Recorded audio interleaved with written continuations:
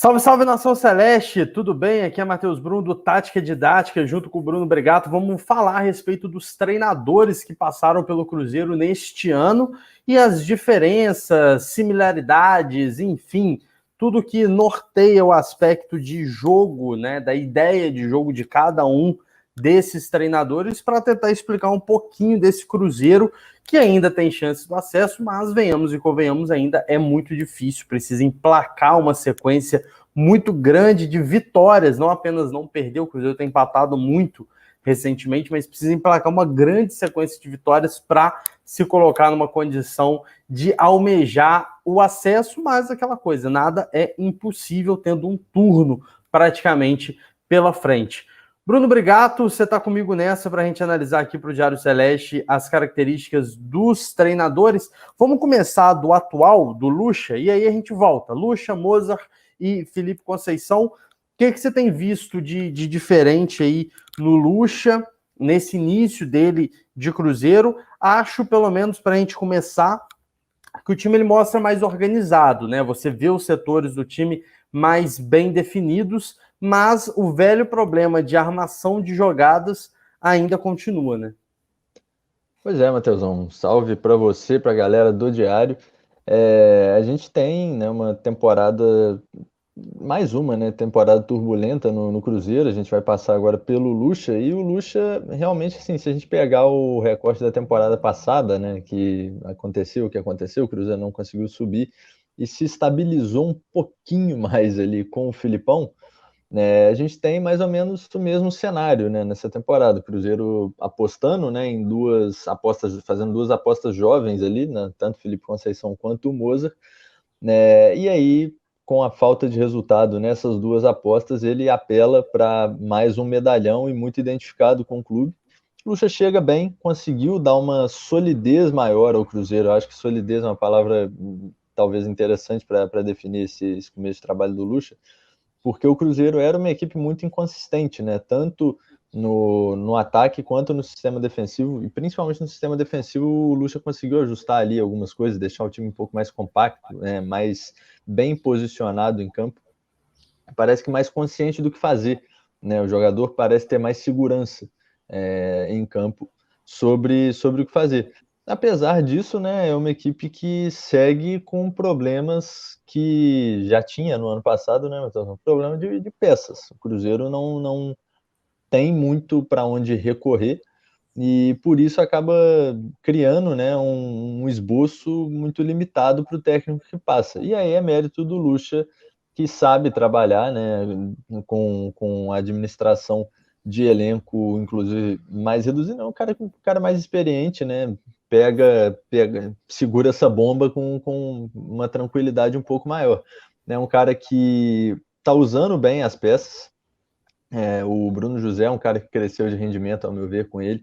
O próprio Rômulo, né, com ajustes ali de posição, é um cara que também vem crescendo. Então o Lucha vai tentando dessa forma tirar, né? Como você falou, tem muitos empates, mas tem uma boa sequência invicta no Cruzeiro. Não sabemos se vai ser suficiente para o acesso, né? Mas melhor do que estava, tá assim. Sim, e tem alguns detalhes que você falou a respeito, por exemplo, dessa questão de alguns problemas, né? É óbvio que o jogo contra o CRB não entra tanto na análise, porque foi um jogo com uma condição lamentável do gramado, e é lamentável você ainda ter no futebol brasileiro, né, partidas sendo disputadas em condições tão adversas. Mas eu vou trazer aqui uma imagem da análise que nós fizemos desse confronto, para a gente poder mostrar, por exemplo, que o Cruzeiro segue com essa dificuldade, né, de organização ofensiva, né? Então, muitas vezes, né, a bola vai para o lado do campo, mas faltam peças para dar suporte ali. Então, acaba que muitas vezes os jogadores eles ficam sozinhos, não tem muito esse jogo pelo meio, que é uma situação, como você mesmo trouxe, de falta de elenco, né? O Cruzeiro não tem um armador ali de ofício, né? Então, muitas vezes essa jogada vai mais pela ponta, buscando o centroavante. O Marcelo Moreno foi um jogador, né? É um jogador também que cresceu muito na mão do Lucha, né? Porque ele passa a receber mais bolas, né? Porque eu acho que essa é a grande diferença do Lucha para os outros treinadores, em especial para o Felipe Conceição. Por quê? Porque o Lucha ele entende as dificuldades do elenco e se adapta a elas. Então ele sabe que é um elenco que não tem um armador, então ele não vai jogar pelo meio, ele vai abrir o jogo pelo lado do campo. Ele vai buscar essas jogadas pelo lado, com apoio dos laterais, com a subida eventual de algum volante e bola no centroavante, porque ele tem o Marcelo Moreno, que apesar de todas as críticas que a torcida tem, e muitas delas são válidas, mas é um centroavante que, quando a bola chega, ele tem uma capacidade grande de colocar ela na rede. Já o Felipe Conceição, e o Moza era meio, muito mais bagunçado, a gente vai falar dele, mas o Felipe Conceição ele já era um treinador que ele buscava o toque curto, triangulação, tabela, a gente vai trazer algumas imagens do Conceição, mas buscava mais esse jogo pelos lados do campo, mais próximo do que a gente vê em grandes equipes, triangulação, tabela, ultrapassagem, o centroavante mais participativo, e aí você tinha o Sobis, que nesse caso conseguia fazer melhor essa função, mas o Moreno, por exemplo, não funcionava com o Felipe Conceição, porque ele não tem essa característica. O Moreno é um centroavante que o time precisa jogar para ele. Se o time jogar para ele, ele vai entregar uns gols. Mas se o time não jogar para ele, se ele precisar, né, participar do jogo, ele não vai conseguir render. Então, me chama a atenção positivamente do Lucha é isso. Ele é um treinador que ele consegue entender as dificuldades do time e monta a equipe sem vergonha nenhuma para jogar desse jeito. É isso, é isso. Os ajustes das peças, né, dentro da realidade do Cruzeiro são mais certeiros do que nas passagens dos treinadores anteriores, né? Você citou o Moreno, Matheus. Ele é um jogador que, né, como você falou das características dele, se a gente observar em algumas partidas com o Lucha, contra o próprio, no jogo contra o Confiança, que o Moreno acaba fazendo o gol de pênalti, né, no Mineirão, ele sai da área, ele faz um movimento de saída da área, só que é um movimento praticamente exclusivo de forma vertical, né? Então, dessa forma, como o Cruzeiro não tem esse armador, esse cara central ali, esse cara mais centralizado, o Moreno sai da área, se desloca e atua quando o time está ali numa altura média no campo, atua entre linhas para deixar o zagueiro, né? Esse movimento para deixar o zagueiro fixo ali, tentar puxar o zagueiro fixo no Moreno, no caso, e tentar tirar ele de posição. Com isso, ele consegue abrir espaço, né, para os jogadores que atuam na beirada fazerem uma diagonal e aí ele volta para a área também para atuar como uma referência. Ele é uma referência, mas fazendo esse movimento para tentar tirar o zagueiro de fora, né, da área e não ficando só fixo, como a gente viu ele em algumas situações, né, tanto com o Moza quanto com o Felipe Conceição. Então, assim, são pequenos ajustes, né, que o Lucha fez que acabam sendo, eu acho que assim, suficientes para que o Cruzeiro seja competitivo, e é o que o Cruzeiro precisa ser, né? O Cruzeiro não conseguiu ser muito competitivo, nem com Conceição, e acho que menos ainda com o Musa. Pois e eu acho que assim, esses detalhes eles são muito, muito interessantes, né? Porque mostra muito esse entendimento, né? E a maneira como o treinador ele enxerga, né? O time, o elenco e como que ele busca, né? Essas soluções para que se tenha para que se tenha mesmo uma alternativa e consiga transformar isso num bom resultado. Um outro jogador também que de vez em quando a gente falou da questão da armação, né, um jogador que de vez em quando tem sido utilizado nessa função é o Giovani, né? A gente vê aqui uma imagem do jogo contra o Sampaio Corrêa do Giovani mais nessa função, né, como armador, e a gente trouxe desde a época que ele retornou para o Cruzeiro que ele poderia ser esse cara para tentar ajudar, né, o Cruzeiro, mas mesmo assim a gente ainda percebe um jogo mais lateral, né? O Lucha gosta de levar esse jogo mais para lateral, justamente que por ali ele tem mais opções. Exatamente, e o Giovani acho que acabou sendo um grande acerto do Mozart, né? A pedida do retorno, né, do Giovani. Ele é um jogador que, assim, para o que o Cruzeiro tem hoje, atende muito bem. No começo da passagem do Lucha, eu acho que foi o jogador que mais se destacou ali nos dois primeiros jogos, né? Na vitória do Cruzeiro sobre o Brusque, Giovani faz um gol, né, de muito longe, né, repetiu a dose em partidas seguintes. E é um cara que tem sido importante para o Cruzeiro, né? Assim, dentro do que o Cruzeiro tem no elenco, mesmo que ele não atue, né, centralizado, se desloque, é importante até que ele faça esse deslocamento para que ele tenha, né, para que o Lucha tenha esse jogo associativo ali com os laterais, com os pontas, né, e o Giovani trabalhando, e até por isso esse deslocamento que eu citei do Moreno, ele faz parte dessa engrenagem, desse relógio que vira ali para o encaixe do Cruzeiro, né? Ele gera mais espaços, inclusive para que o Giovani possa se deslocar. E, ao meu ver, é um jogador que é bem importante para o Cruzeiro nessa atual fase com o Lucha, né? É um jogador que não chegou, não voltou, né, na passagem do Lucha, né, especificamente, mas que tem o seu melhor momento agora com o Lucha. Sim, com certeza. E aí, voltando, né? A gente falou um pouco sobre o Moza. Acho que o Moza foi a época da bagunça, né? Era um treinador ali que ele não conseguiu se encontrar dentro do Cruzeiro, né?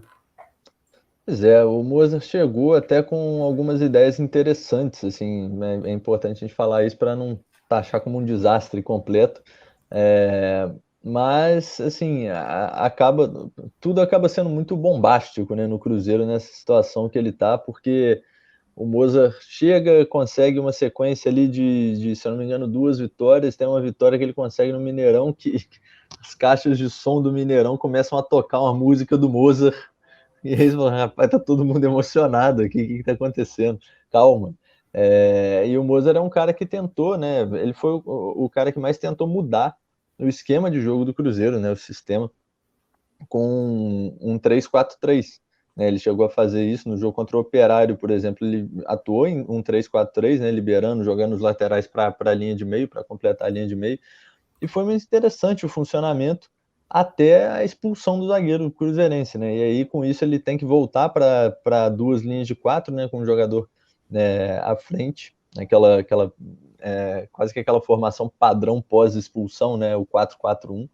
Então, assim, em uma das partidas que mais funcionou o 3-4-3, o Mozart teve que abrir mão, né? E aí depois ele manteve um pouco o 3-4-3, não conseguiu encaixar tão bem quanto ele tinha encaixado contra o Operário, e aí depois abriu mão, fez algumas alterações que acabaram não encaixando tanto, e o Cruzeiro já optou por cortar o trabalho, e na condição, né, na possibilidade de trazer o Lucha, preferiu, né? E aí isso entra no caos administrativo, que também é o Cruzeiro, segue o Cruzeiro, né? Porque o Lucha já era um cara que já estava livre, né, quando o Moza foi contratado, e enfim, o Cruzeiro talvez pudesse ter ganhado um pouquinho mais de tempo com esse bom trabalho do Lucha, mas o Moza teve seus pontos positivos, sim, apesar de uma passagem um pouco caótica. Acho que esse 3-4-3 dele, a princípio, foi bem interessante, tinha algumas ideias de jogo bem interessantes para corrigir problemas, né? O próprio 3-4-3 trazia naturalmente um jogo mais associativo pelas pontas, né? Já entendendo essa dificuldade de trabalhar pelo meio, mas foi uma coisa que acabou não engrenando. A ideia foi interessante. E muitas vezes ele mudava isso durante o jogo, né? Ele não teve. E aí eu acho que entra muito a questão da experiência, né? Ele não teve aquela experiência de pegar e falar assim, não, vou continuar para fazer rodar. Na hora que aparecia um problema, ele acabava mudando o sistema também. Abdicava, exatamente. Então fica muito difícil, né? Quando o treinador ele não mantém aquilo que ele acredita e fica toda hora mudando, dificulta até o próprio entendimento dos jogadores do que ele está querendo. Sim, e é um cenário complicado. Eu acho que não é necessariamente. E eu sei que é isso que a gente não está fazendo isso, mas assim, acho que não é a questão culpar o Moza, sabe? Porque no contexto ali é um treinador jovem que tem uma ideia interessante, mas que ao ver que ela não funciona em alguma situação, algum jogo específico, ele deve parar e falar: pô, eu tô no Cruzeiro, o Cruzeiro está no segundo ano seguido na Série B, tá caindo no meu colo aqui levantar a coisa. Então, acho que é mais natural que, pelo contexto, ele abra mão do que ele mantenha, mesmo sendo uma ideia positiva, né? E eu acho que essa instabilidade, que é natural por todo o contexto, acabou prejudicando a sequência do Moza no Cruzeiro. E por fim, mas não menos importante, o Felipe Conceição, a gente já deu uma palhinha, né, sobre ele. Eu particularmente gostei muito das ideias do Conceição. Você falou muito das ideias do Mozart, agora eu vou defender as ideias do Conceição.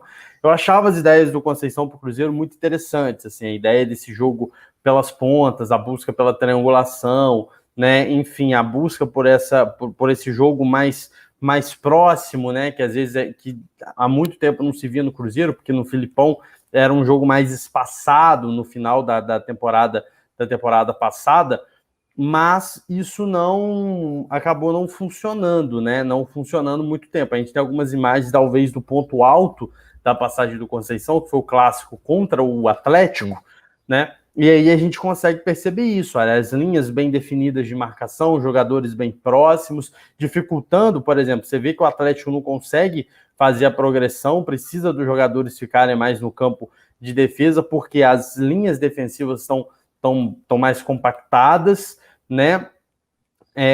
O Cruzeiro também fazia uma marcação, por exemplo, em times como o Atlético, que gostam de jogar na entrelinha, fazia às vezes a marcação específica de um jogador na entrelinha, como a gente também está vendo aqui na imagem, e na parte ofensiva era um time que, na época, que buscava muita a jogada pelas pontas, né? O Cruzeiro às vezes atacava, por exemplo, com quatro, né, atacantes ali na frente, né, como por exemplo a gente vê aqui nessa imagem, então com a chegada, né, de meias dos volantes, os pontas subindo bastante.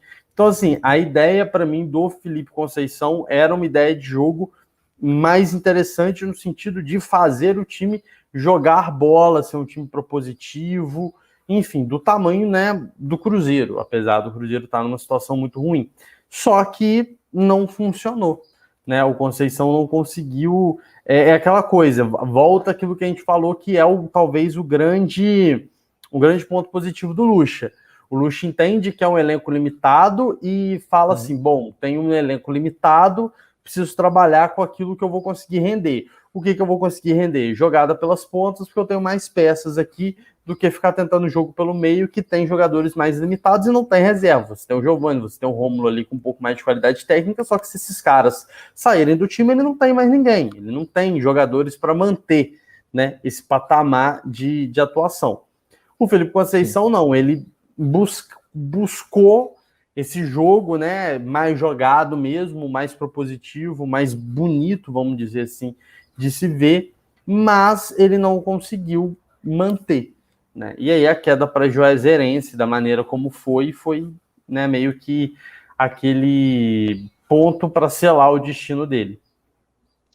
Pois é, eu acho que assim, o Conceição tinha até algumas peças, o próprio Giovani era uma peça que ele não tinha, né, naquela altura, né, mas é um cara que sim, concordo contigo, tinha ideias interessantes, eu acho que ele do ponto de vista tático, né, da nossa análise tática aqui, era mais interessante do que ele era interessante para o torcedor, né, de forma geral. Mas uma coisa importante da gente destacar desse jogo contra o Atlético, inclusive, né, pode ser polêmico isso que eu vou falar, mas eu acho que foi um dos jogos que o Nacho foi melhor marcado.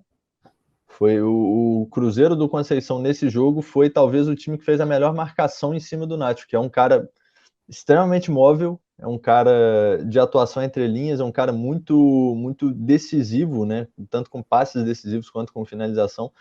E o Cruzeiro conseguiu cercar o Nacho de uma forma, ele tinha sempre 4 jogadores se ajustando ali no posicionamento, sempre para tirar o espaço do Nacho quando ele nem tinha a bola ainda.